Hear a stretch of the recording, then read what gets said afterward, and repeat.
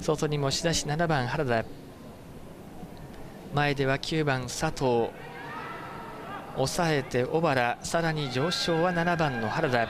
今度は6番の加賀山上がっていき、先行勝負となるか6番の加賀山、地元勢が前に抜け出して中段4番手に入った7番の原田、原田は4番手を取り、1番野原6番手、9番佐藤は後方から先行勝負6番の加賀山、地元勢がペース上げていき、逃げる加賀山、マークは8番の小野、そして5番の西岡、原田は4番手、追走2番の三宅、そして1番野原、逃げる6番加賀山、8番小野が番手で、7番原田4番手からまくり発進、さあ原田のまくりを見て8番の小野が番手発進、番手まくりを打つ8番、そして大外9番佐藤、佐藤が豪快な動きを見せる、外から9番の佐藤、打ちてこらえる7番の原田、内原田、外から9番佐藤。